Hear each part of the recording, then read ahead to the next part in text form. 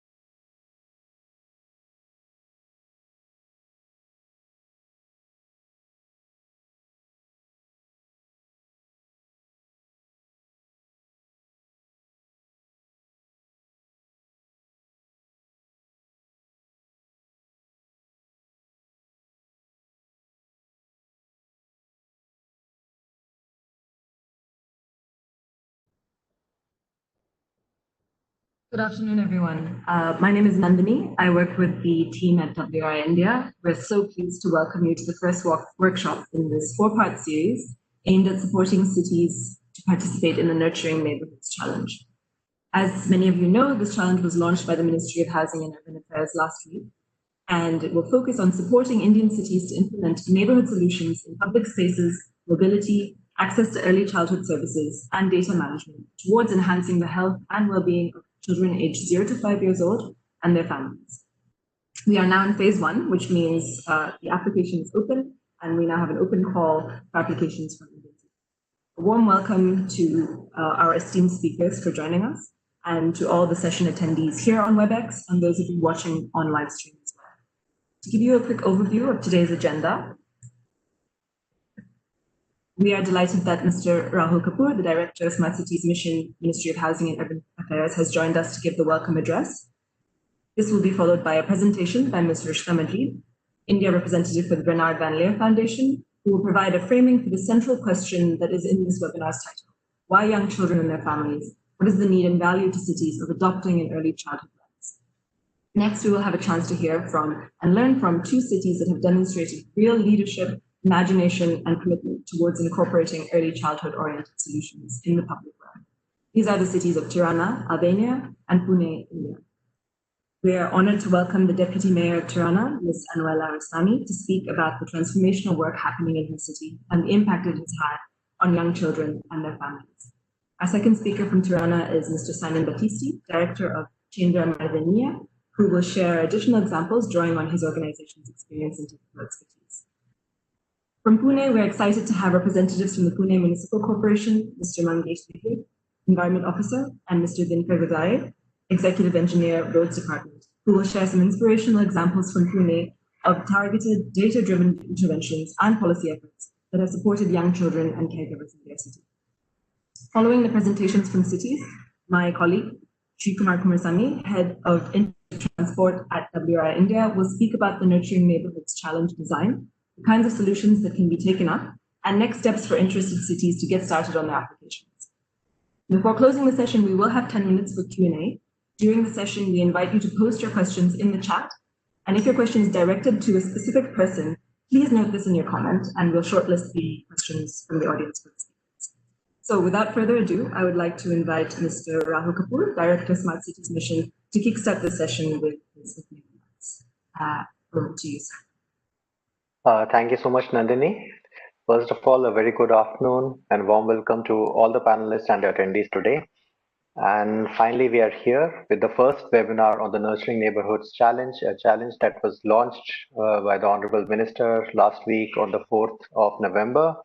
And with that, I am sure a lot of cities got ignited to think on what does this challenge hold for us, what is new in this challenge, and what is it that we are required to do. So, of course, first of all, why a challenge and why do we actually look at these challenge models? I mean, as a smart cities mission, within a span of last 4 or 5 months and like right during the lockdown phase, we came out with the Cycles for Change challenge. Next was the Streets for People challenge. And after that, the Nurturing Neighborhoods challenge. And of course, there are a few more lined up.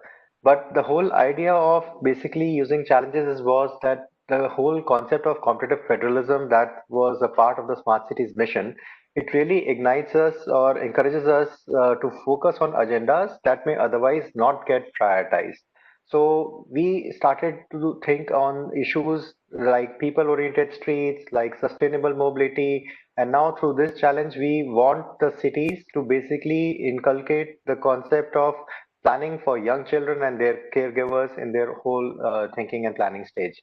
So it normally makes us start looking at things very differently from the way of normal business that we do, in which we are basically involved in implementing a lot of infrastructure projects, but sometimes there is a need to have more software elements built into our planning and design. So a challenge basically helps bring forth more ingenuity and solutions that are actually needed by the cities. And come to think of it, normally this is one group. When you're talking about children, they hardly find a voice or representation in public planning and design. There are other advocacy groups. There are groups for elderly. There are groups for those who represent gender-based issues, issues with regard to persons with disabilities, and many a times even people who are actually part of that group. They are there to raise their voice or opinion and try to impress upon their agenda with the authorities and administrators. But when it comes to children, normally it is very difficult to find a voice. So the voice normally comes through the voice of adults, and that's why it's important to basically empathize with them and understand from their viewpoint and from the viewpoint of the caregivers, those who take care of young children, that what is it that needs to be done in city planning. Excuse me. So we are hoping that through these challenges, we will be able to provide platforms for our urban planners and designers, our behavioral scientists, the children and their advocates in this case to deepen their engagement with the urban local bodies. Excuse me. Of course, we all know why it's so important to focus on children, with considering that the number of children that they are in this world and the health and well-being is so much of a concern for all of us. With 27 million children that are born every year in India, and nearly 2 million of them, which is close to 7.5%, do not live to see the age of 5 years. It's a matter of great concern given the demographic dividend we hope to attain. So especially young children, 0 to 5, needs exposure to safe and stimulating environments to develop their full potential. Now here's a challenge which is actually focusing on that young children group, because when it comes to children, there are various age groups, and normally we need to have a more focused attention in our planning with regard to all these groups. So as part of this challenge, what we are trying to focus is the young children group and also their caregivers, those who take care of them. And with that, I think what we need to invest is in neighborhoods that nurture, neighborhoods and public spaces that are within walkable distances of young children and caregivers, where they spend most of their times. We will need to build infrastructure. We need to build assets which are more walkable. We need to have more mixed-use neighborhoods with public spaces and access to health and education facilities for all the stakeholders. So, of course, with the pandemic situation, we have basically highlighted the importance of course, data and interventions that consider communities and neighborhoods as an important module in the city. So, through this challenge, we are also trying to create that culture of data, wherein we are able to get a lot of inputs on what is needed for city planning, especially with the lens of a young child, and with the lens of a caregiver. So with that, I'm sure you have a lot of questions, and very happy to have such a rich panel, wherein we will be getting we'll be getting to hear about experiences of our neighbors and some of the cities that have done some excellent work globally and within India. I'm sure that you're just eager to listen to them. So without much ado, I hand over the panel, and I wish you all the best for the challenge. Thank you.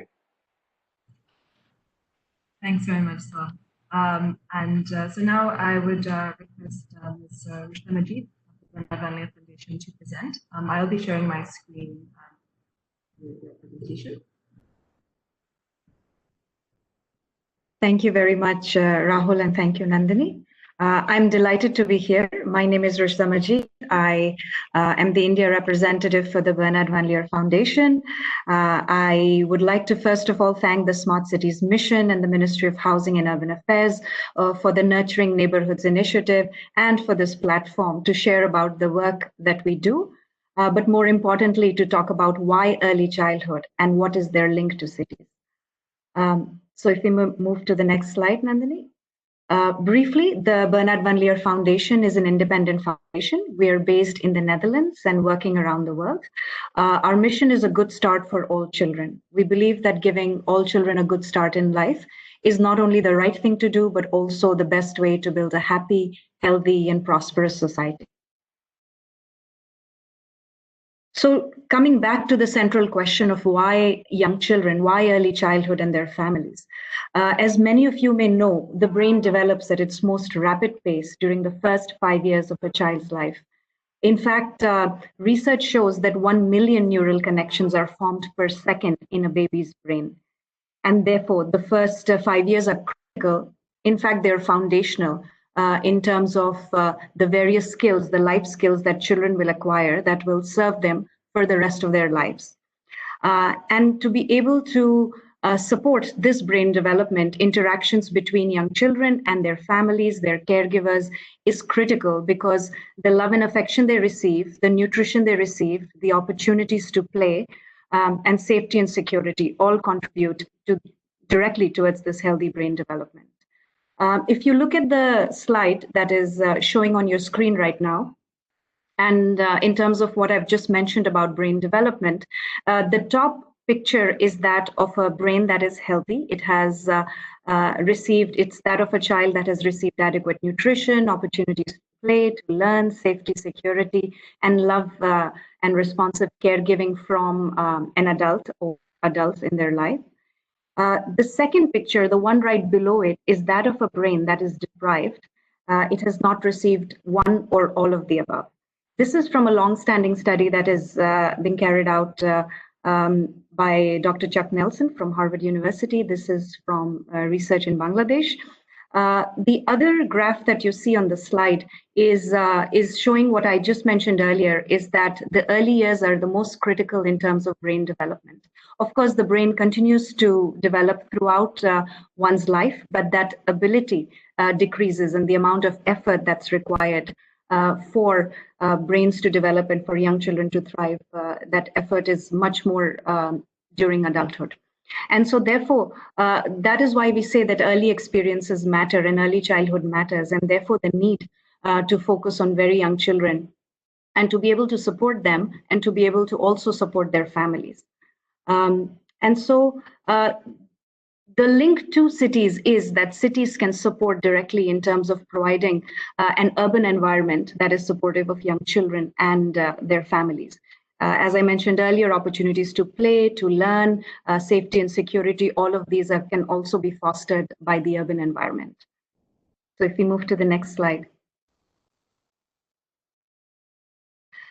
So through one of our initiatives called Urban 95, we asked city decision makers such as yourself, many of you who have joined all the cities that are interested in applying in the Nurturing Neighborhoods Challenge, is that if you could see as a city decision maker, if you could see your neighborhoods and ultimately your cities from the height of 95 centimeters, what would you do differently? Of course, many cities are taking up this question. If we go to the next slide, you will see that there are many cities in the world that are bringing this lens of early childhood into the planning and management in terms of how they work in cities. And here today, hopefully we'll hear from Pune and from Tirana, but there are many other cities as well that are bringing this early childhood lens into the planning and management of cities. Of course, the one thing I do want to mention here is that adaptation matters. Context is important, and every city has its own unique solution and local priorities. And therefore, through this challenge process, we hope that you're able to also look at your own priorities in terms of early childhood and be able to bring innovative solutions that really support young children and families in your cities.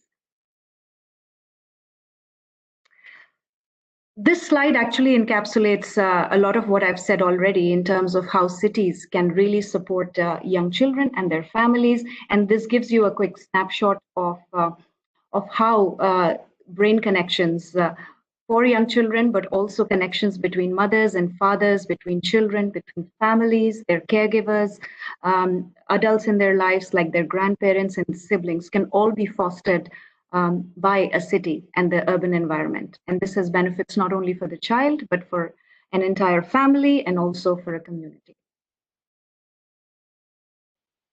So in terms of thinking through this, in particular for cities in India, there are four things that we believe that are the main needs for healthy brain development, and that can be supported by the urban environment. One is that babies need response and focus from caregivers. And this is what I mentioned earlier as well, the responsive caregiving, the love that they need from caregivers. And it's probably the single most important factor that helps support babies in terms of their brain development. This love and affection that they needs to be repetitive. It needs to happen over and over, again and again, for the brain connections to strengthen. Of course, young children also need quality time outdoors, and they need it on a regular basis. And finally, they need access to greenery. But there are several challenges in terms of neighborhoods. Neighborhoods can be car-centric, there can be poor access to services, issues with crime, with maintenance. Sometimes cities have different priorities, and therefore how do we really think of young children in cities, and how we can think of how cities can support their youngest residents better. This slide also encapsulates a little bit of what I'm talking about, which is that the design for young children is the least deliberate, even though they are supposed to use the public realm a lot more than any other group. So for instance, if you look at some of the pictures here, most of our cities are designed to go from point A to point B. You go from your home to your workplace and come back. But if you really consider young children, then there are many other needs of going to a daycare center, going to a playground, coming back to the home, but then going out shopping. And so these mobility chains will differ for different, or the needs will become different if we're talking about families. And so this is just one example of how cities can take into account some of the changes of how they would think about planning and designing their cities, if you think about it from a mobility perspective. So in order to maximize the health and well-being of young children and their families, and especially we are living in a time of COVID-19, we need to keep everything close to young children, to their families, and therefore we talk about neighborhood scale. And if you think about neighborhoods, most of the life of a very young child, the 0 to 5 years, is within the home, but then as they grow, they move outside, and they move to their street and to their neighborhood levels. So this particular graph that you see shows the radius in terms of how a child grows and where their needs are, and where we can provide the services that are closest to them. So how to make their immediate proximity playful, green, safe, inclusive, and accessible, which is what you'll see on the next slide as well, is where do we start? And so this is just a framing in terms of how you can think about neighborhoods and your cities when you think about young children and their families, and why the early childhood lens is important. But we are lucky today to have both Tirana in Albania and Pune in India share their experience about how they think about neighborhoods and cities that can nurture young children. Of course, as we know, these two cities have fully embraced the early childhood lens to make their cities livable, not only for young children ultimately, but for all, and to improve the quality of life of all their citizens. And they've really shown that cities can make a big difference if they start small. So with that, I'll hand it back to you, Nandini. Thank you. Thanks very much for this framing. And next, we're very happy to invite the Deputy Mayor of Tirana, Albania, Ms. Anuela Ristani, to speak. With it, may I request you to provide the speaker with the presentation? Hi, thank you so much for having us. It's such a pleasure to talk about children and early childhood in particular.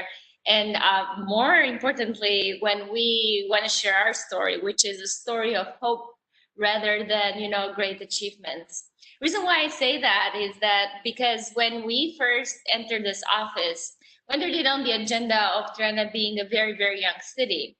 But when you think about a young city, you don't necessarily, you're thinking about youth and activities and, stuff that goes on and gives vibe to the country. But then, but what that really means is that young city is a city that has a very high percentage of kids, and that is a young population. And then by mathematics, it would mean that the focus should be so much on these young beings. And we turned out that the city wasn't doing a great job about taking care of these little things from the most basic services. And we are probably now to talk here about, what we did with the transformation of the city, about the playgrounds, but it's not where it actually started. Where it started, it was more on the real basic cradle of really our early childhood, and that is our nurseries and kindergartens. These places where, well, obviously you're not very well taken care of, the public ones, I mean, the ones the city was running. And because that wasn't a good example then to private providers, it was always a little bit of a strain, where I'm going to place my kid once, I'm going back to work, and, how you take care of kids at very early ages. And so most of the people who had the means would then have, hire caretakers. And the popularity of these nurseries and kindergartens was not very high. So we said, we have very short time, so we got elected in the summer, and then school, basically the academic year would start in September. We had a very short time to get them up and running in a manageable way. So we couldn't do it. I mean, we had a bankrupt budget.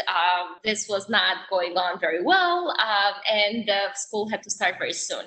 So we said, in a city that is 0.5% of the population resides, there should be half of the generosity that resides in this nation. So we're historically known for, opening the door to strangers and hosting, people who are in need, whether that has been Greek refugees after the World War II, or whether that has been Jewish populations when they were hiding from the Nazi Germany. Tirana was the only country where we actually had more people, more Jews after the war than we had before the war. And so we were really known historically for this generosity. We said, well, let's launch a challenge. Who is going to help us get our nurseries and kindergartens get back on a good shape, on a decent shape? And so we invited all the companies, and we said, this is a race to whoever does a better job.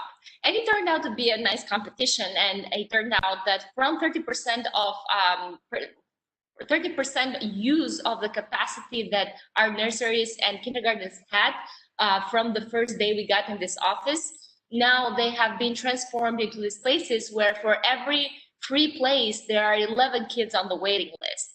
This is not necessarily to mean that all the needs are met, but it's just to show that the standards were raised so high that now it's not an issue of decency, it's an issue of real good nurturing and developing and early childhood developing places where you get the most out of your city facilities for the kids. So once that crisis was over, we said, well, what do these kids do after they are taken care of?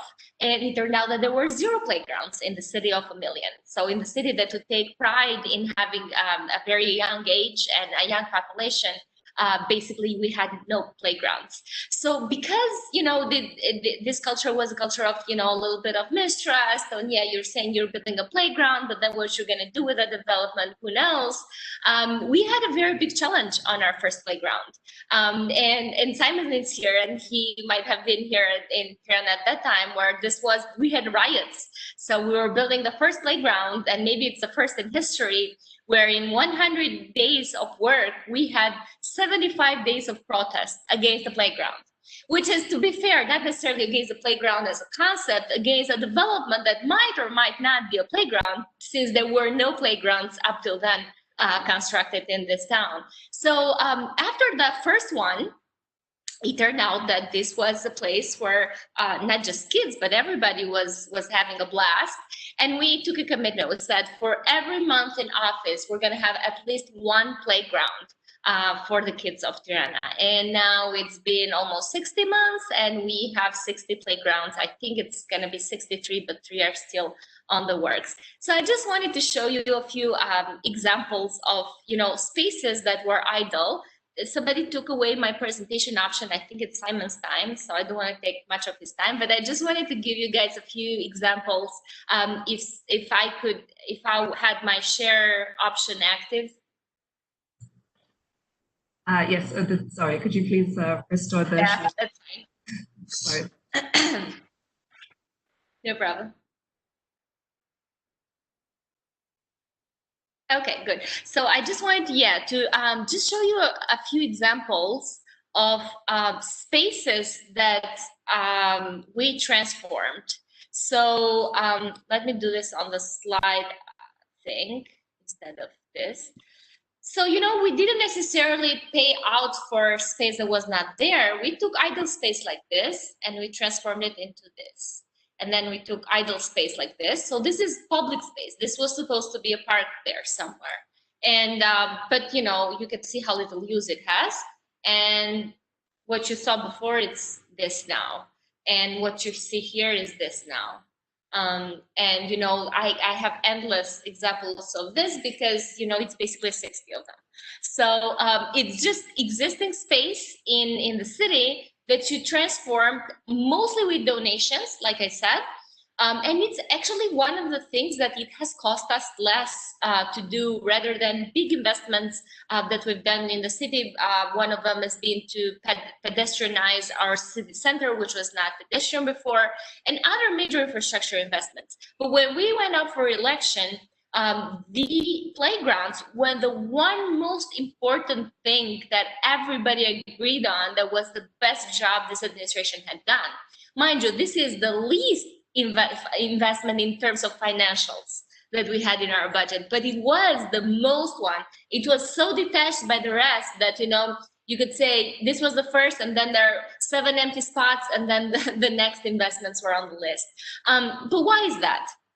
Is that because we're a society that is so inclined to kids and and to their needs, and we've really found out the answers? It's probably not that.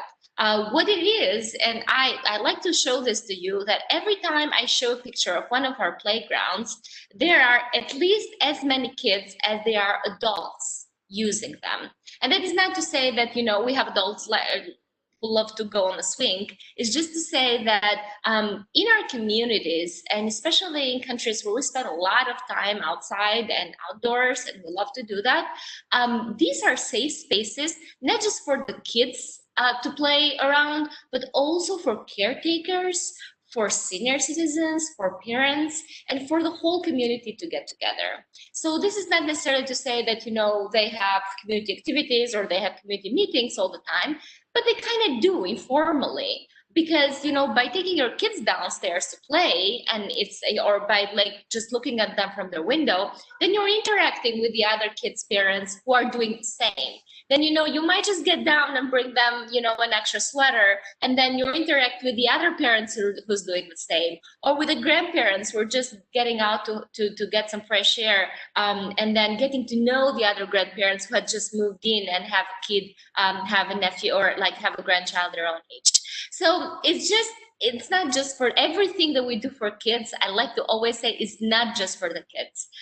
If you want to make sure that you have infrastructure interventions in a city that work for everybody, just make sure they work for the kids first. And I would like Simon to compliment me on that with the rest of the more technical details. I just want to make sure I gave him enough time. Thank you. Thank you, Anuela.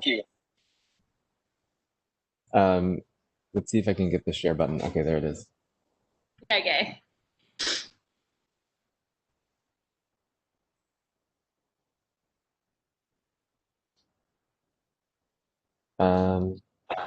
Okay, can everyone see this?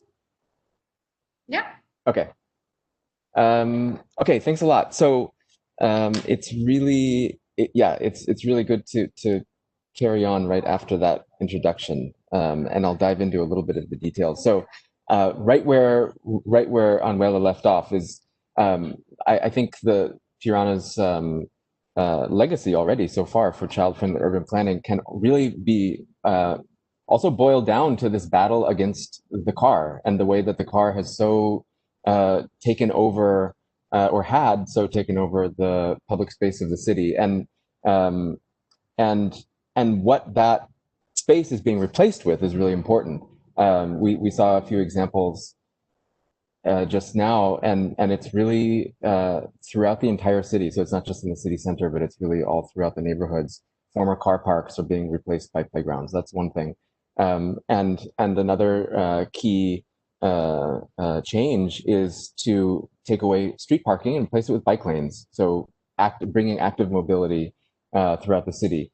Our project, as a kind of research, technical assistance partner and implementation partner with the city of Tirana as QM, is to ask what have these changes over the past 4, 5, 6 years produced. So to look at them in terms of quantitative data, and then what further positive effects can we create? How do we build on those and further cement them? So we break this work down into 3 pillars of action, I would say. The first is to really evaluate the city, and especially at the neighborhood level. The second is to produce guidance in the form of design guidelines. And the third is then implementation. And of course, it's a cycle. So once you implement, then of course you have to evaluate and monitor once again in this continuous cycle. And I think it hasn't been mentioned yet, but I do want to point out the really important connection between the Tirana work and the Urban 95 work in India. Those design guidelines were produced first, and then we took that book here, and now we've been developing it from the Tirana context. So it's really great to be here today and be able to present this. So the ITC planning really focused on the neighborhood represents a critical shift in thinking about who the city is designed for. And as Rushda mentioned as well, typically the car centric planning of roads, moving people and goods through the city as quickly and efficiently as possible, because it's some kind of economic argument behind it, is in ITC planning replaced by a different vision about proximity. And so with proximity, you start to get rid of the need for the automobile and the private car, let's say.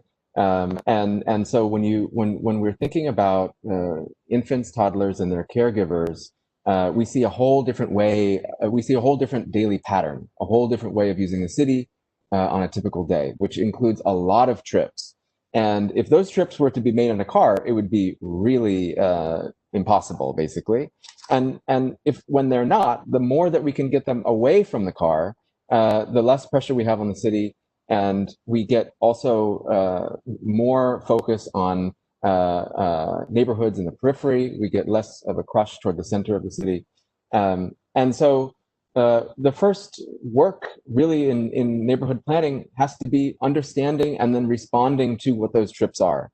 And so in Tirana, as part of the Urban 95 project, we've done a lot of data collection. And one thing that we really focus on is, again, the qualities of neighborhoods. And trying to understand the qualities of neighborhoods is not easy, because most of this data is not previously collected. We have data on, at the city level of some health indicators, but tracking them down is always super difficult. Hey, can you send me those yet? Like, it's always this really big challenge. And so the importance of Urban 95, or let's say ITC neighborhood data, is that it's homemade relatively. It's collected by us at a very small scale, and it can be collected with a phone and an app. And so in Tirana in 2019, we did a benchmark study of 40 indicators of ITC well-being across 55 neighborhoods of the city, with 8 university students, each one with a phone, and it took 15 days. And with such a small level of infrastructure and investment, we were able to produce an incredibly rich picture of the current state of what's going on in these neighborhoods. So that has been published in a book of the Tirana ITC neighborhood baseline. And as Anuela was mentioning, there's a tremendous demand for kindergartens all of a sudden, and that's a really important indicator of a quality neighborhood, right? So talking about clustering services is such a key component of a accessible neighborhood with great proximity for caregivers. So we said, okay, so let's look at these 55 neighborhoods. You can see them in the map on the top right corner, and let's evaluate them for how dense are the the locations of kindergartens within a 300-meter radius. And you can see that there's quite a bit of red, so that's where there's not enough. And green is where we're performing very well in terms of the presence of kindergartens. Now, this provides us with a action plan too. It translates very directly to, okay, so where do we need kindergartens then? Now, the problem with building new public services and clustering in general, and this is really, I hope, taken on by the participants of the Nurturing Neighborhood Challenge, is how do you bring public services into neighborhoods that are already totally overbuilt? And Tirana is doing something incredibly innovative right now, which is a kind of permitting regulation change, which says that you can't get your construction permit for a new building unless you guarantee 20% of the ground floor space will be dedicated to a public facility. So this is, it's always going to be a struggle, but retroactively clustering is, when you don't have any space, it can come with some kind of creative solutions like this. Now we come to the design guidelines. So the way that the design guidelines work with the indicators is that they answer the call, let's say. So if we know that we have a shortage of transit shelters, the design that the indicators tell us, the design guidelines then tell us how to make great transit shelters for ITCs. And these two books really work in tandem. And there's a lot of specific content that ITCs need that might not pertain to everyone off the top of our heads, which of course do benefit them when they're in place. But what these guidelines do is they talk about kind of generic, good, best practice urban planning, and urban design, but really through the lens of infants, toddlers, and their caregivers. So one thing that we call attention to is the fact that at every transit shelter in so many places throughout the city, you should really have a lot of hooks. You should have a hook everywhere because caregivers have so many bags. They have so much stuff when they're walking through the city. And when you're waiting for the bus, it's really nice to not have to put your backpack down on the ground or the bench. You hang it on the wall. So little details like this are incredibly important. It's not just wide sidewalks. It's much smaller scale things as well, which really can affect the experience of a caregiver in the public realm. Now, implementation is what brings it all together. And we're fortunate enough as QM and the city of Tirana to have been awarded a NACTO Streets for Kids grant, which is implementation funding to create a neighborhood intervention around the site of primary schools. And so basically, the Streets for Kids project gives us the opportunity to bring all of this together, and especially the design guidelines, understanding how we can implement them realistically in a really close collaboration with the various implementing agencies of the city, as well as with the community. So what these do in terms of a ITC neighborhood planning intervention, they are centered on public schools with community centers, which ensure high quality play and safe access to those facilities.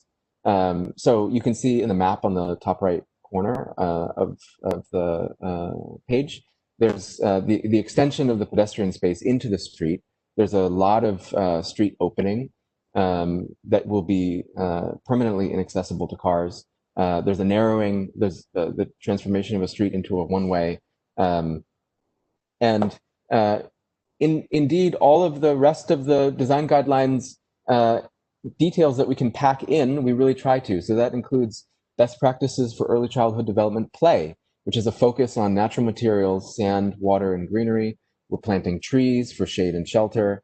And we have a focus on wayfinding and lighting, and of course, a lot of collaboration with the community. My last slide, and then I'm just wrapping up, is a specific example of a piece of furniture that we're designing for this site. And this is coming from a kind of commitment that we made very early on in the project to bring in these details from what we know that caregivers need in the public realm. And so what we do is a kind of practice of working with local fabricators, building on what they already know how to do, which is the top left corner. When the guy that we found sent us a picture of furniture that he has recently made, what we have done is we ITC-ify that piece of furniture. So we take the construction techniques that we know he's good at, and we just simply change the shape into a form that we know is much better as a piece of large urban furniture. We know that a bench for ITCs needs to be much more of a work surface rather than a place to just sit and watch the world go by. It's where caregivers take their backpacks out and their bottles and sort of spread out in public space.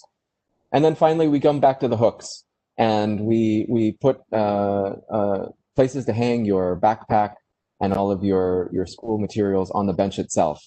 And there will be a bunch of these all throughout the site. So thank you very much for listening. And this presentation is available through the organizers. And you can also follow our progress on our Twitter and Instagram. Thank you very much for listening.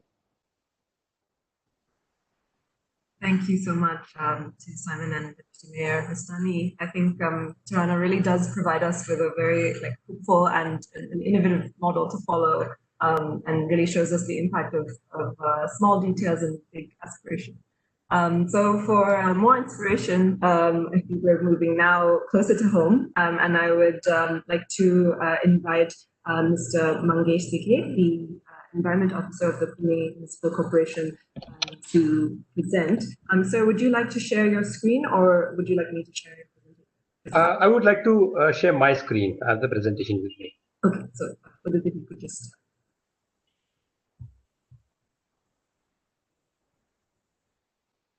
Okay, where do I see this? Can you see my screen? Not yet. If you are you able to see the share button at the bottom? Oh, share button. Okay, and my screen. Okay. Yes, it's starting to load. Yeah. All right. Okay. Yeah. Thank you, Nandini. I hope you can see my screen now. Okay. Yes, we can. Yeah, welcome to Pune City, and thank you for giving us an opportunity to present Pune City and Urban 95 initiatives here. Our city, Pune, is the 9th most populous city in India, and with a population of 4 million, we have 11% of the population who is within the age of 0 to 6 years.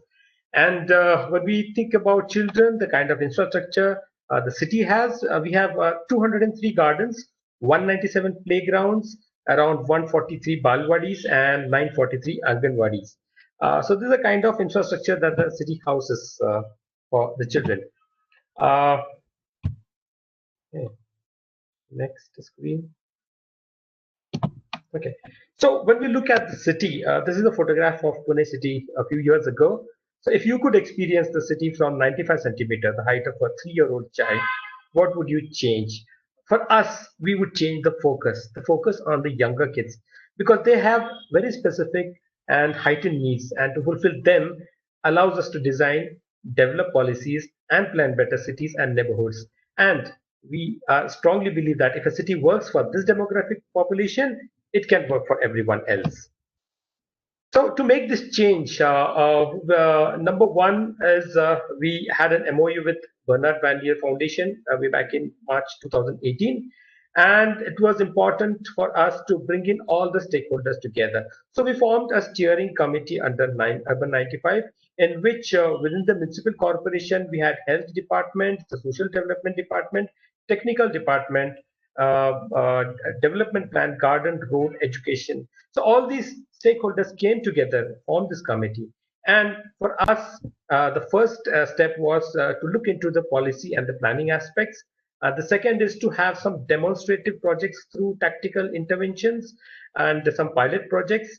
And of course, the third one, which goes hand in hand, that is the capacity building and the knowledge dissemination through various workshops. So what we did is we selected 5 locations in different parts of the city, and we did a quantitative as well as a qualitative study. Did around 400 household surveys, around 22 key informant interviews, and around 10 focus group discussions. So what came out, one of the findings which came out through this is how much time do the children spend playing outdoors. So it comes out that between 1 to 1.5 hours, 44% of the time, and between 1.5 to 2 hours, 27% of the time. And the second pie chart which you see, which is the place where children go for outdoor play.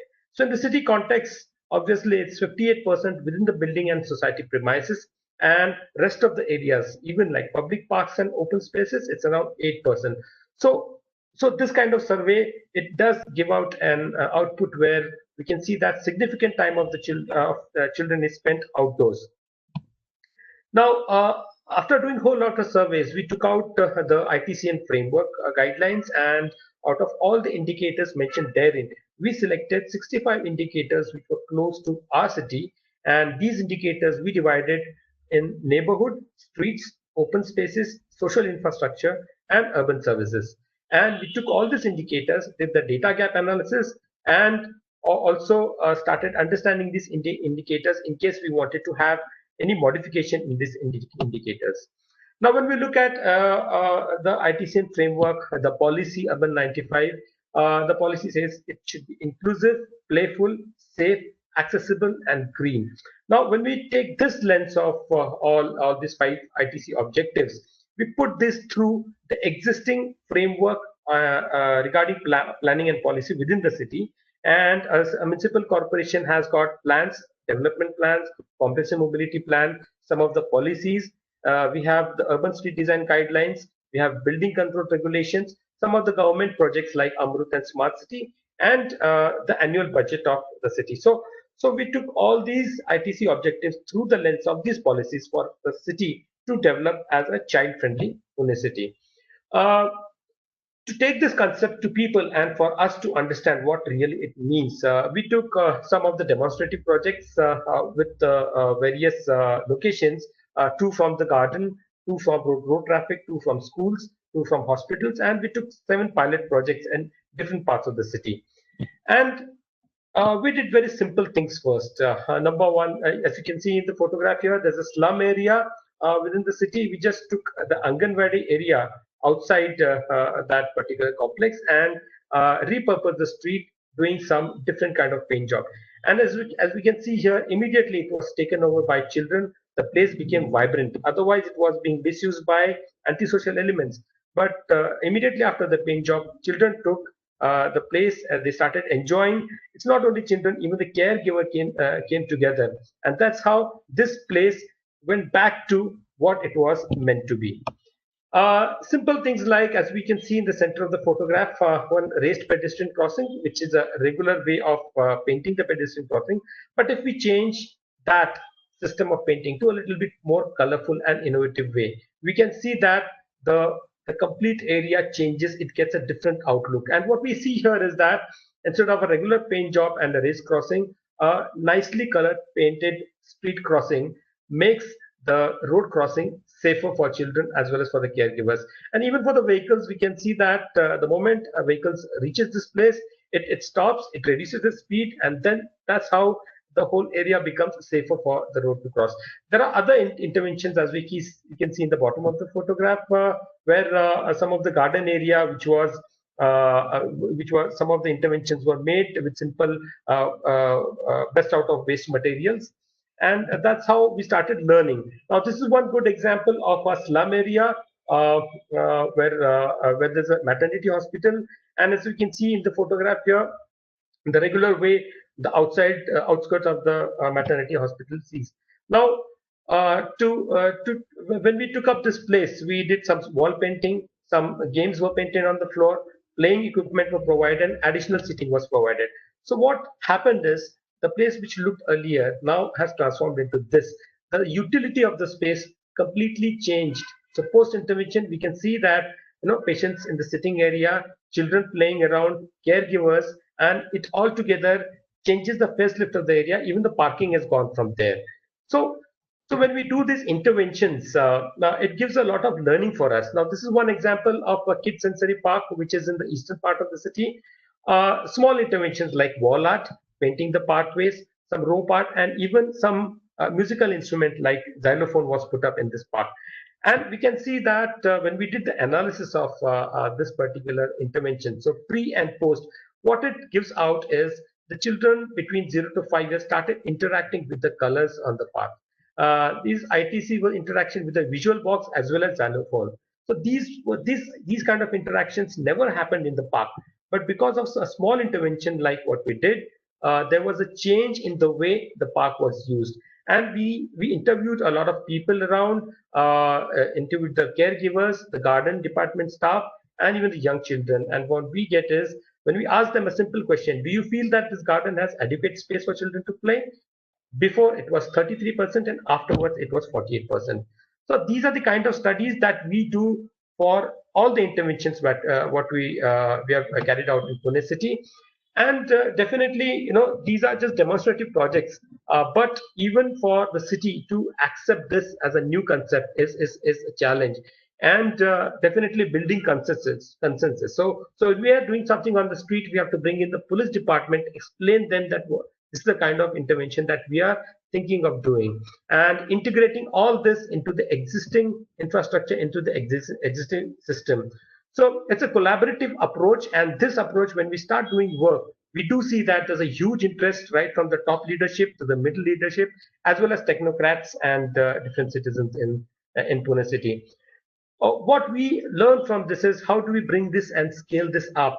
So number one is to bring this into the system of the municipal corporation. It is important to allocate a budget for this, and we're happy to tell you that this year's budget has got Urban 95 as one of the headings under which some budgetary provisions is made for 6 pilot projects. Now, apart from the budget, the idea of Urban 95 principles seeping into the existing street design guidelines is important for us. So we have already started working on that. Then when a city works and executes some of the projects, it's very important for the city engineers to have the technical specification with the district schedule rates. So this is one of the important aspects that we as engineers for the city are bringing down a change and including the technical specification of Urban 95 into DSR.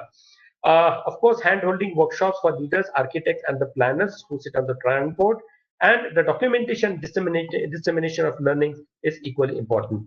So we feel in a nutshell that if a city that works for young children tends to become a place that works for everyone. And this is the photograph which you see. With this, I would like to hand over this presentation to my colleague, Mr. Dinkar Gojare, who will take you to the various pilot projects which are being done in the city. So thank you very much. Thank you very much. So that was wonderful. I will be sharing my screen, Mr. Gojare. So you could just give me. Thank you.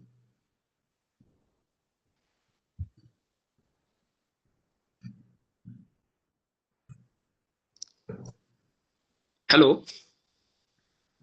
Yes, sir. I'll just this into full screen mode. Yes, please go ahead.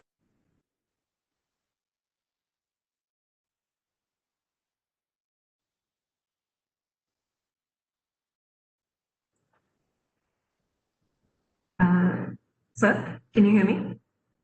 Hopefully you can see my screen. I'm sharing your presentation. 1 minute.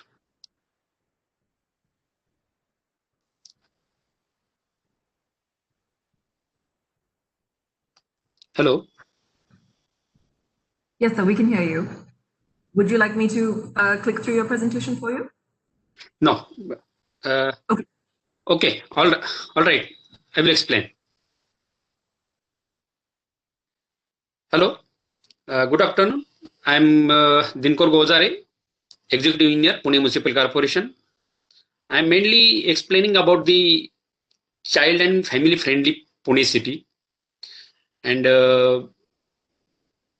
before that, Pune Municipal Corporation has made number of policies such as pedestrian next pedestrian policy, which is made before 5 years back. All the Pune will be the pedestrian friendly city with pedestrian care for their safety and well-being, and the different design elements are incorporated in that policy for the safety of pedestrians. Then next, second policy that we have prepared, the USDG guideline, urban street design guidelines. In that design guidelines, from width of 6-meter road to up to 60-meter road, we have made templates for different type of amenities and facilities which are provided as per the planning made in USDG guidelines, mainly footpath, cycle tracks, carriageway, and all other elements which are required as per USDG guidelines. In addition to those policies, we have made the policy for hawkers policy, parking policy, and one more important project of 400 kilometers of length of cycle track. That project is also approved by the general body. These are the important policies that are undertaken by PMC. Next. Then after making these policies, out of 1400 kilometers length of roads, 100 kilometer of length is selected, and that is taken under the Pune Street program, and 100 kilometer land is planned with the help of the renowned urban designers and in-house urban designer team. And first of all, we take a sample piece stretch of the JM road, next, in which that road is of 2-kilometer length, and in that stretch 300-meter length stretch is decided first of all to show the sample piece, and after completing the 300-meter stretch, all other stakeholders and are called there and shown our development, and they are mainly supported our execution, and according to that we have completed this 2-kilometer length of Jangli Maharaj Road, and all other elements in spite of that other elements, some of the elements of children's friendly elements are incorporated in that stretch. Next.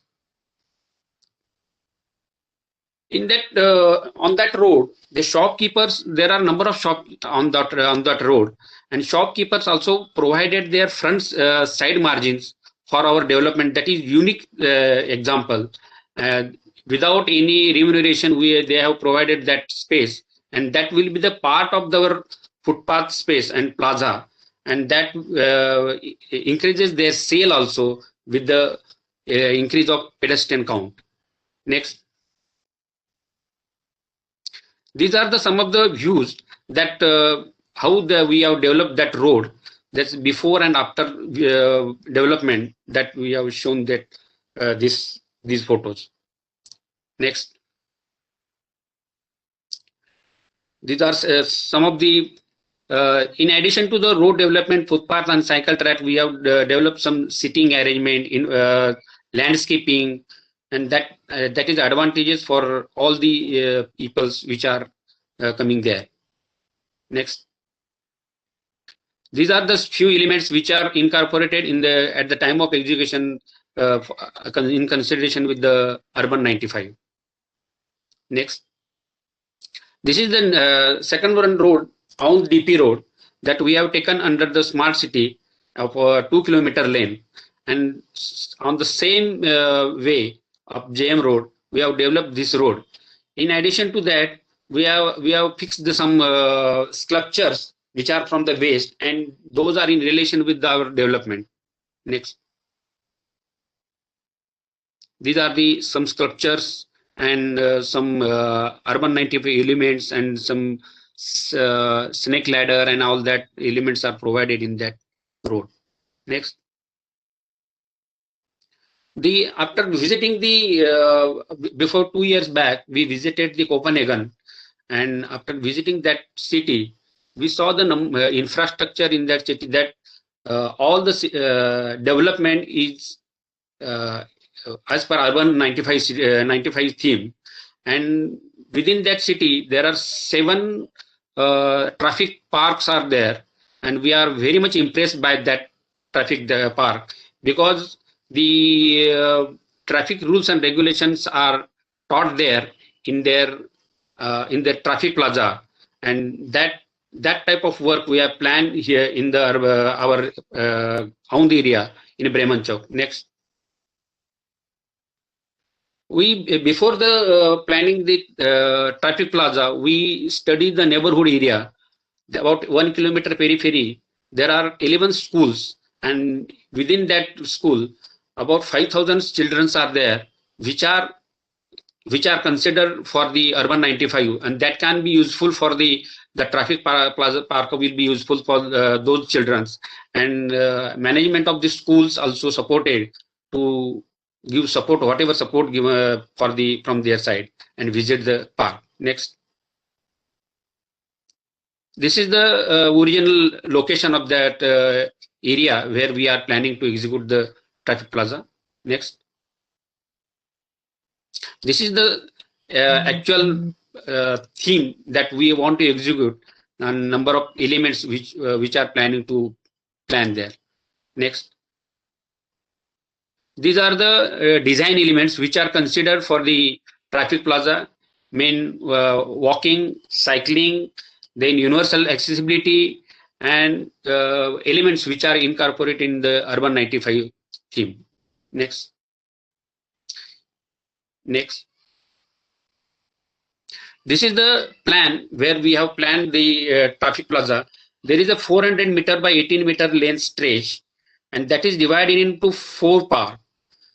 That first part is about 200 meter lane, where we have developed the road stretch, which is scaled down to its considering the children's view. Next. This is the first stage that we have developed the road, where the cul-de-sac is there, 3-way junction, 4-way junction. Then with the road side, there are red color cycle tracks, then pedestrian crossing, speed breaker. Next. This is the 4-way junction and cul-de-sac. All elements which are on the road that are shown there, and all the cautionary signs and informative signs, those are also scaled down there with the signaling arrangement. Therefore, that can be useful to understand the road elements and the road traffic rules and regulations to children. And accordingly, we are planning to supply the cycles, 3 different type of cycles for the children at that area. Next.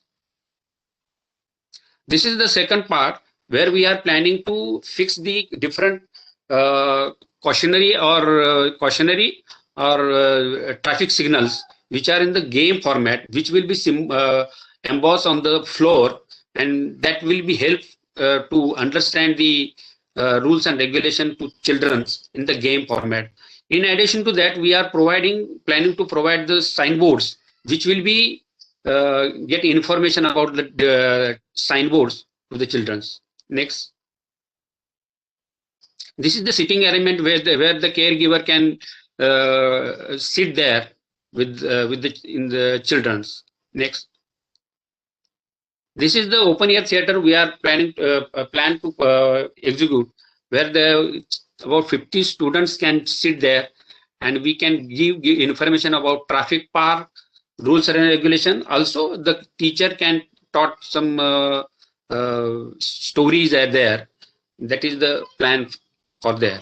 Next. This is the space that we are planning to provide the open gym equipments for children only, because we are everywhere they are for older peoples, but we are planning to provide the open gym equipment for the children's. And all this park is totally planned as per universal accessibility elements. The other physically handicapped peoples children can use this park very friendly. Next. This is the present condition of the traffic park. About 60% work of the traffic plaza is completed, and we are planning to complete within 2 to 3 months total park, which can be in coordination with the traffic police department and RTO.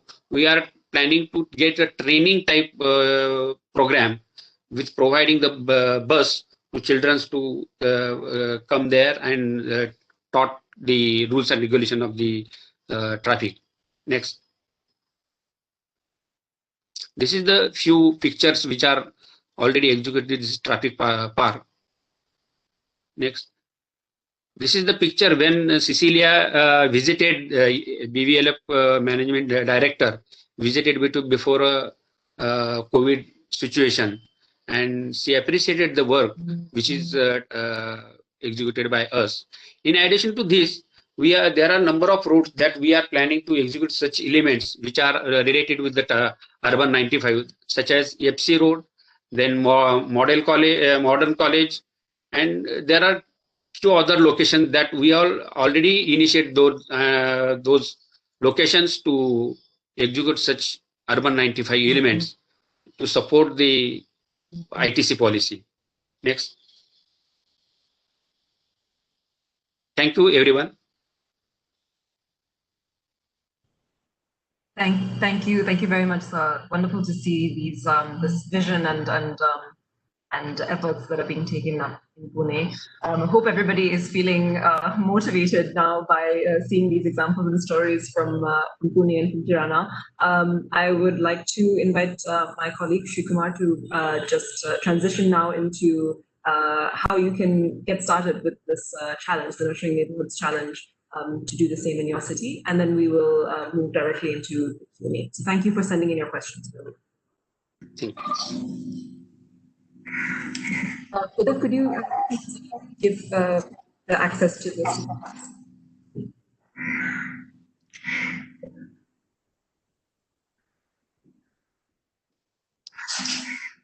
Okay, you can see my slides? Not yet.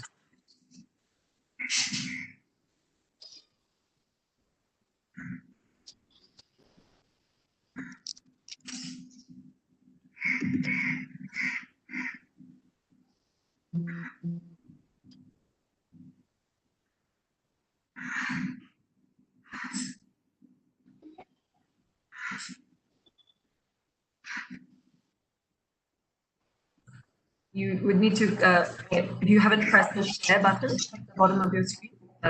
Yes, I have. Yes, you can see now. Okay. Okay. Thanks a lot. We would like to thank Ministry of Housing and Urban Affairs for really conducting this challenge, and to Bernard Van Leer Foundation for supporting to do this possible. And we are the technical partner to work with the cities solutions. So we are happy to do that, and I'll just run through the slides on how we are planning to do this, what a city can do under this challenge, and how we will support to do that. Okay. The main objectives of this challenge is to promote early childhood friendly city planning and design. The idea is to work with the city officials, the engineers, architects, planners, to really help them to take this idea ahead across the country in the cities and implement them, right? And we are through this challenge, we are looking at how we can actually pilot solutions, pilot projects, and take to a step where how we can scale it across the city, right? We experiment it through pilots and then scale it through. You saw how Pune is kind of scaling it by multiple ways, including including budget specifically for these kind of young children-oriented projects. And then we will be helping to document them, measure the impact, and others can really take it to a head across the country. And then through the process, we are also want to work with the local champions, the local experts, NGOs, officials, elected representatives. Everyone have a lot of role to play in this. And through them, how we can take this idea ahead as a movement, right? It's not just of doing few projects here and there.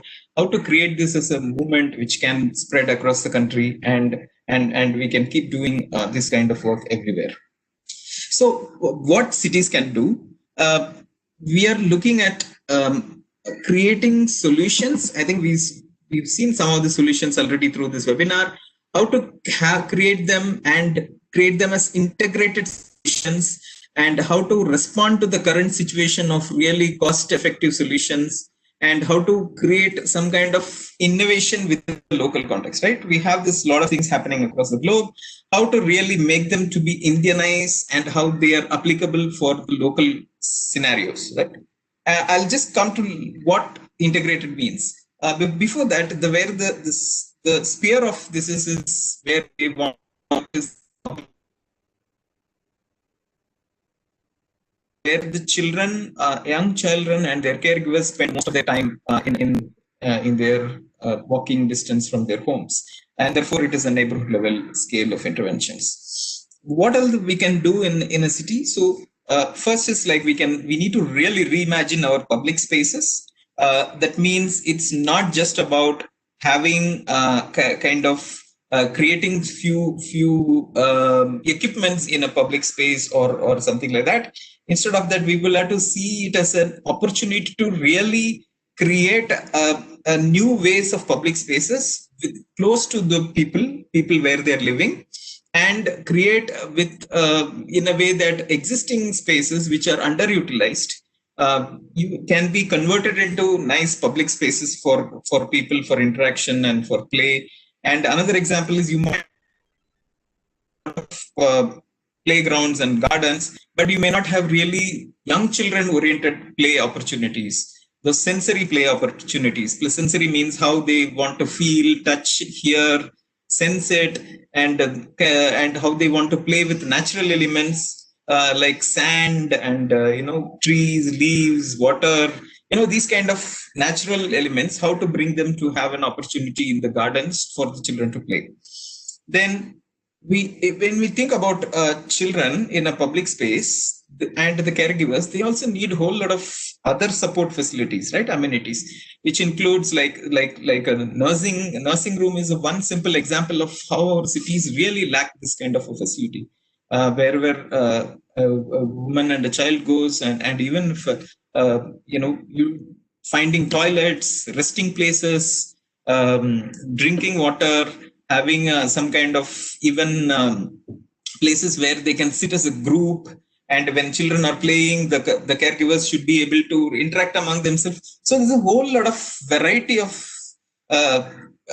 amenities which is required. Shaded areas, things are required. How to introduce them as systematically in our public spaces, right?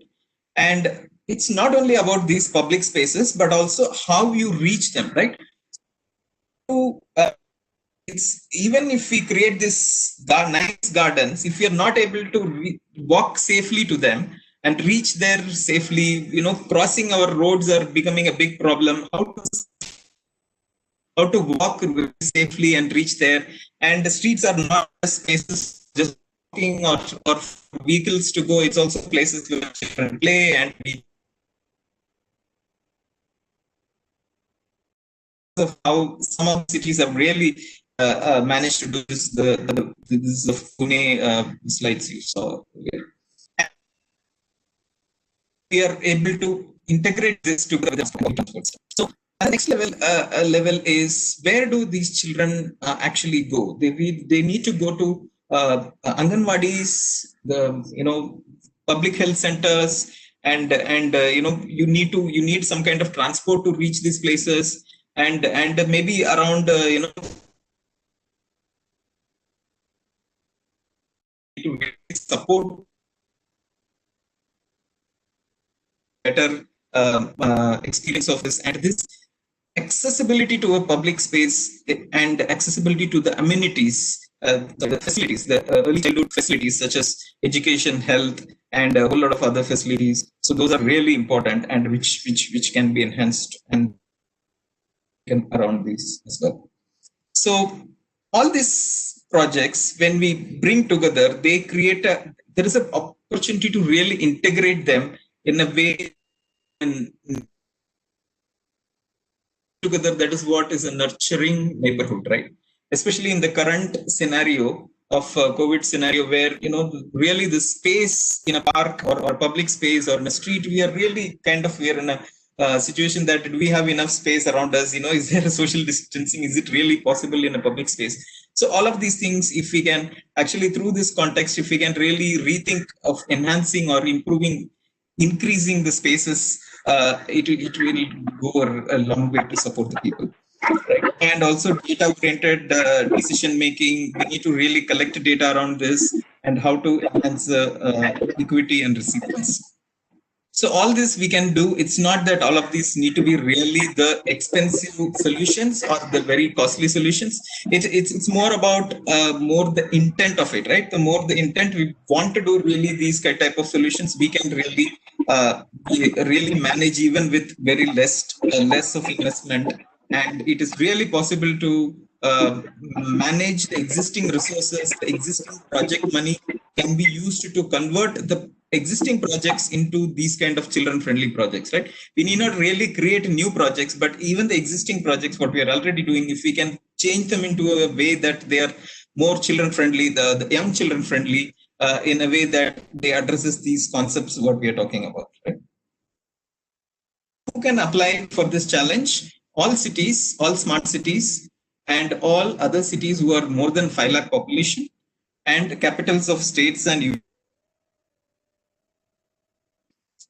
within this cities, the agencies, any agency who is involved in doing substantial development and provision of services, like municipal corporations, development authorities, smart city agencies, even various other types of agencies can apply. Or if there are multiple agencies who would like to apply, it would be great to have a partnership between them to apply as a one application per city. So how we are planning to do this? The application is already live from the 5th November. It is there till Jan, and the application is available for 10 weeks to apply, and then therefore from the applications we'll be selecting 20 cities as a cohort with whom we will be working with the 20 cities for the next period of 6 months from February.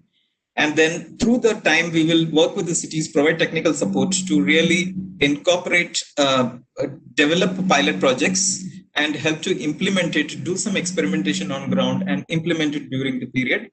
And from the 20 cities, we will be selecting 10 cities from there, and the 10 with whom we will be working for next 2 years. And we'll have a more deeper engagement in terms of exposure visits, technical assistance, capacity building, access to peer cities network, and also how to scale up and how to create a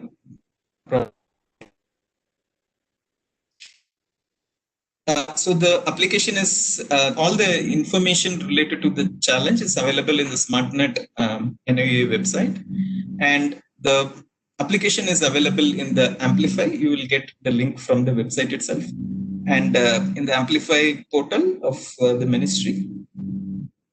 And the application is quite simple, actually. The central point of the application is actually to identify 5 pilots in one neighborhood, right? So it's about selecting where you would like to try the solutions in a neighborhood, and identifying a neighborhood, and then identifying 5 pilot projects there and as integrated solutions, and how they can be, how do you get together with other agencies to be able to implement it efficiently? How do you plan to arrive at things like that, funding, and how you are able to really plan for this future scenario of development? And another important thing is this is also an area where data is very less available, right? There are very less data about young children is available and their lives in a city is really available among cities. So this is an opportunity to also collect data about young children. So we also request cities to fill in the baseline data form which is provided in the application so that it can be collected for all the cities. What kind of application, what kind of support will be provided during the application? We are conducting, this is the first of the webinar. There will be 4 more webinars during the application period.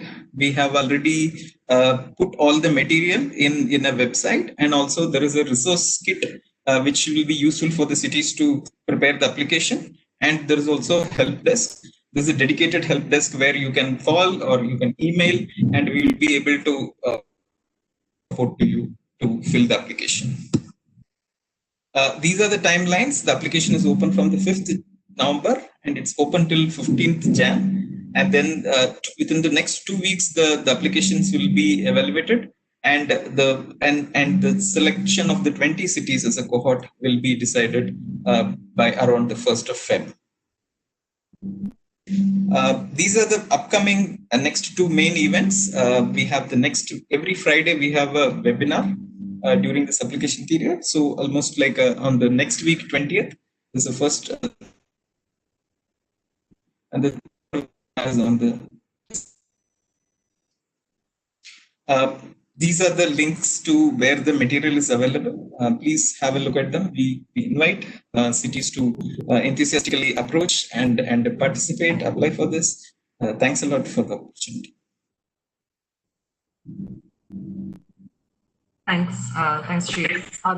So I know that we are running over time. Thank you all for staying with us. There are some questions that have been specifically to certain speakers, and then some more general questions. So I think we'll start with the more specific questions. Firstly, there's a question for the Deputy Mayor of Tirana. The question is, how do you select potential spaces that can be developed into playgrounds? And did you face any pushback from authorities or from residents? There's always pushback when you want to do good things. I'm just kidding. Actually, the spaces are chosen. We are organized in 27, you would say, kind of boroughs. We had a big administrative reform. I don't want to get into that, but basically Tirana is so big that we still have neighborhood administrators. And so for each of these 27 neighborhood administrators, their job is to identify idle public spaces or private spaces where the private owner wants to offer part of his property for a public good, for a public service. And then once we have those identified, we interfere with either our investment in terms of the landscape and infrastructure, or with matching it through a donor that is willing to pay for the equipment and take it there, and we do it with our companies. Pushback, not so much about places where we're building them, as much as we have a lot of pressure from neighborhoods that still don't have a very much common spaces, and they would want to have parks and like playgrounds in the proximity of their own buildings. So it's not always possible. In Tirana, we have kind of like a property issue when you have historical owners whose property was taken away during communism, and then you have people who've occupied property whose rights were recognized at some point. And so there is a little bit of tension in terms of how private property is managed, but we have managed to have at least a couple of playgrounds. And one of the slides that I had was actually how we have distributed all the playgrounds throughout the city in a very democratic way, where all of these 27 boroughs have there at least a couple of playgrounds. Simon was saying, and it's very important, that in addition to this, we're trying to maximize the space of schools. So the space that is close to schools, that it can be also used for the neighborhood itself, not just for the school, because the schools have a lot more space that if returned to public other than just the students would help us in this endeavor. Thank you very much for that. There's a question also for Mr. Mangesh. How long was the process from gathering data to implementation? How long was that? It was not much long, but we are almost going parallel with each other. So gathering data went on, and some of the implementation, the small implementation did take time. But to take up pilot studies, it took a lot of time, more than a year, to bring about and to have a very well thought process about what are the changes that we need to make it infrastructure for coming out pilot. So that's the kind of timeline that we worked on. Thank you. Simon, there was a question for you about street furniture. And the question is that did the team observe any behavioral changes from users through the changes that were made in the street furniture? So the furniture that we have designed, which I showed you there, have not been installed yet. They're going into the site next week. But the project is intended as a park. So it's not that the space crunch is actually solved by closing the street to car access, and instead is opened up 24 hours a day, all year round, including the planting of trees, etc. So it's more of a park bench, but the shape, as you saw, is modeled after furniture that already exists in Tirana that we have observed to be really effective for caregivers, and that explains the really wide shape. So it's, a typical bench is like long and narrow, and you sit on it facing one direction and look at something in particular. This bench, again, like I said, is really intended to be a work surface where caregivers can sit down. And there's a space here called the New Bazaar, which was completed about 3 years ago, and there's amazing benches there that we have observed in detail about how they are used, and the dimensions of those benches are identical to the ones that we have now produced for the school project. Thanks, Simon. There were a lot of questions about whether these presentations will be shared, whether the recording will be shared. Yes, these will be put up on the website, on YouTube, and we will make sure that those are available. Since we will need to wrap up, I would just like to also just pose two of the more general questions also to all the panelists. One of those is what are some steps a citizen can take to nudge local governance to create the right kinds of policies? Mr. Gojare, would you have any suggestions on this question? And then maybe we can invite the other speakers to follow.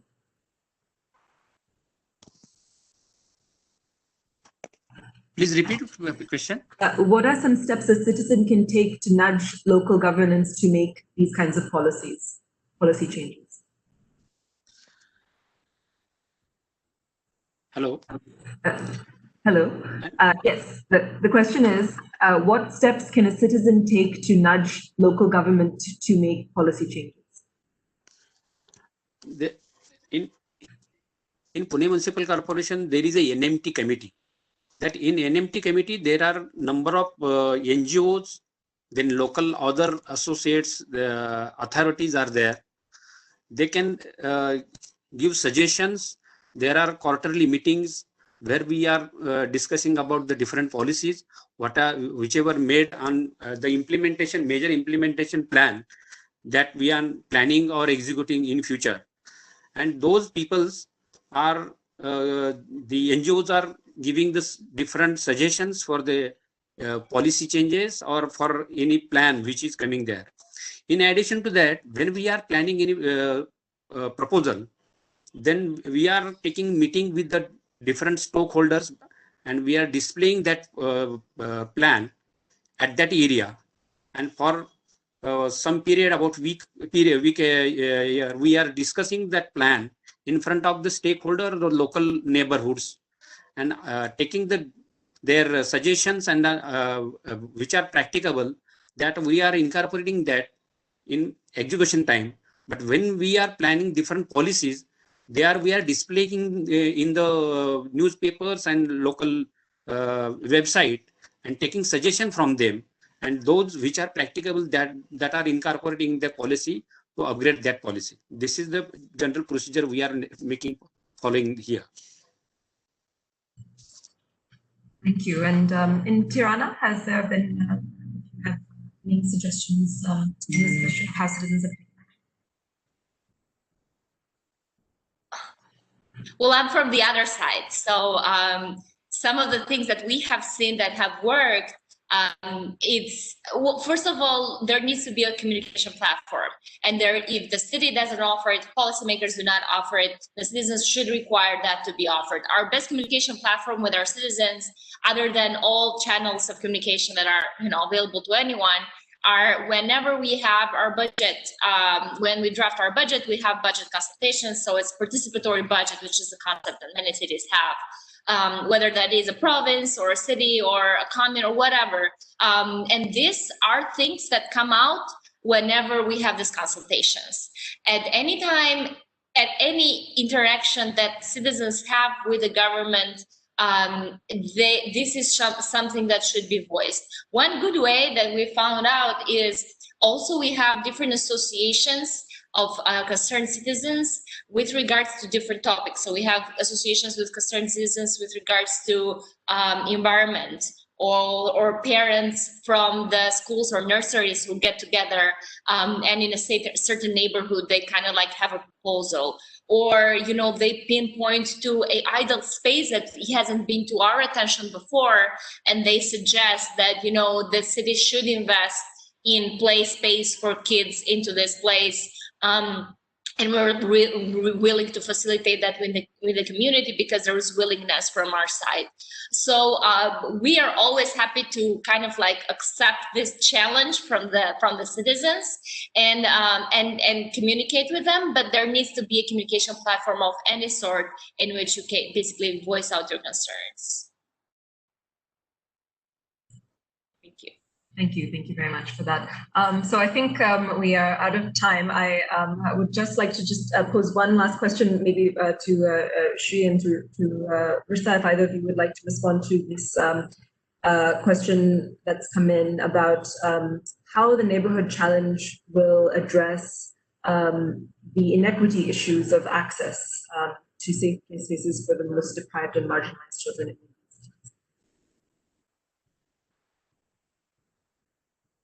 Rushda, you'd like to go first? Sure, Sree, thank you.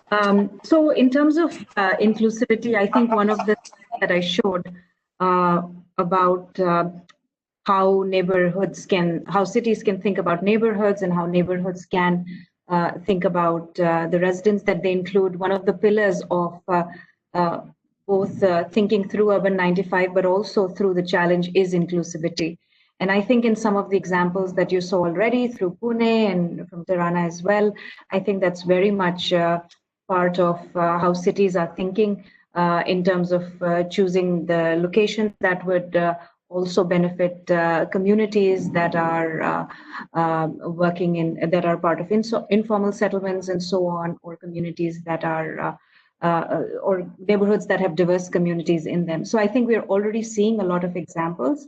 Of course, it is up to the cities to also decide in terms of how they would bring the inclusivity principle into how they plan for neighborhoods and bring this early childhood lens.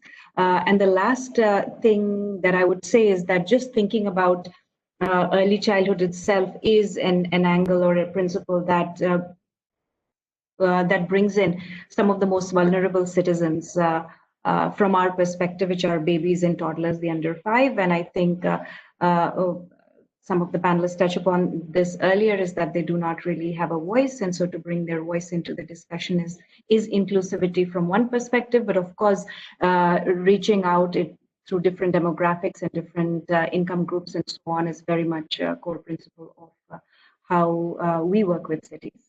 But Sree, would you like to add something specific in terms of the challenge itself? Yeah.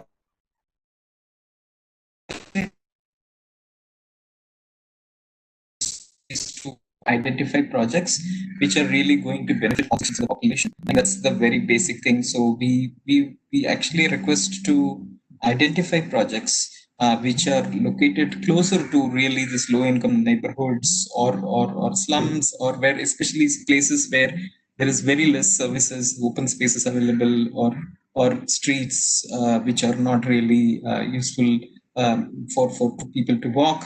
So actually, we request to really identify areas where there is a major need and there is a potential where we can really demonstrate, right? So this is going to be the biggest kind of a drive. We would like to expect cities to really think through the most vulnerable population in their areas and think about what we can experiment there and how to make a big difference. That's on the one side. On the second side, it's also that there is a lot of, even in our cities, there's various types of cities, right? There is very cities who don't have a lot of technical capability. There are cities who have a lot of technical capabilities. They have really demonstrated. We actually, so that's why the entire process, the application process, we have kept it really simple. We want all cities to be able to really apply more easily. There is no need for a consultant to prepare a design or a drawing for this application. You can apply it very by giving a intention of it, right? You can have an intention of a project and what you want to do as a very broad kind of items of work that is enough. And we would like to really drive this idea to all areas, all corners of the country, that cities are actually able to participate in the challenge, and we think about this inclusivity at all levels.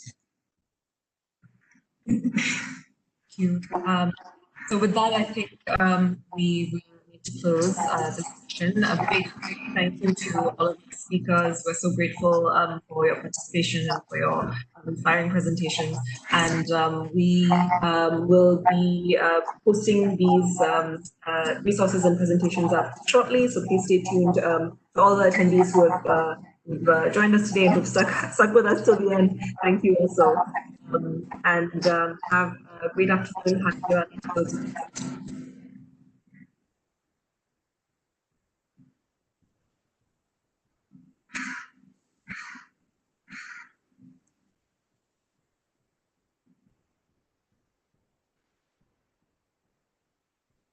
If the director had to leave.